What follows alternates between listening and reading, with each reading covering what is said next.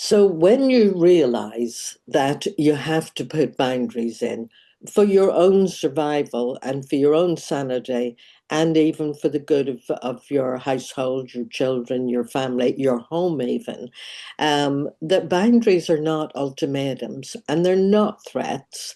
They're still, sometimes your partner can experience when you start to put boundaries in place, they take it that, oh, well, you're just being punishing and you're just making threats and you're just issuing ultimatums, when actually it's not that at all.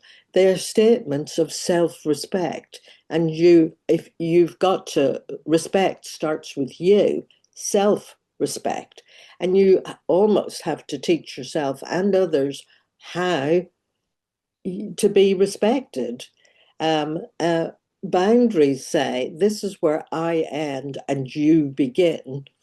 And boundaries are not about controlling other people, they are about stabilizing and safeguarding you. And stability is the ground that freedom stands on. So, we're taking this making change. We're taking the, and redefining freedom in salami slices.